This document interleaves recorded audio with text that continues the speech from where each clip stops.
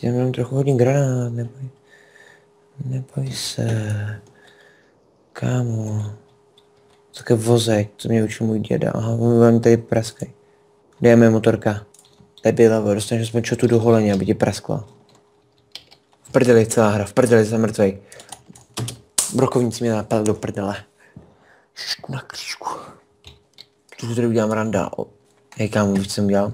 Jsem jí stopnul na auto, začal jsem jí kopat do skla, ono to prasklo. Já tomu říkám moje denní rutina. Trošku hubu. Jsem udělal typkový, tu live jsem mu probodnul do ksichtu. Další ženská, tak já aspoň rozdupnu sklo.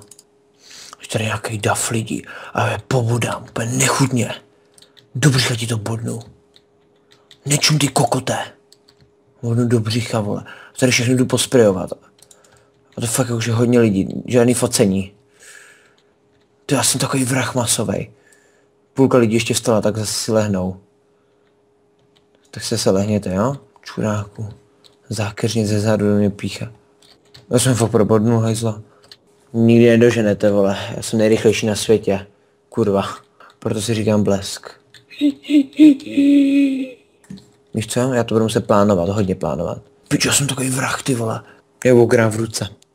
Tady je nějaká policejní krádež. A viděl jsi to, kámo, na co se sdíleli lidi? Hej, tady prostě pobodám nějakou ženskou. Vypadáš jak buchta. Hej, počkej, tady je policejní auto zadarmo. S mrtvolou. Vypůjčím si toto auto. Lívuju toto auto. Hej, tam je nějaký chlap. Ty zmrde. Nevíš, vole, že máš být dneska za Santu u mě doma? Hej, debile. Nechci si ostříhat vlasy? To už se nenosí, vole. Na co máš čepici? Na co jí máš? Hej, debile. No, ty nehře. Abys nezakop, vole. Hej, úplně vypnu nechutně dozad. Abys nezakopla, pičo. Teď jsem to kápnu božskou. Tajfun!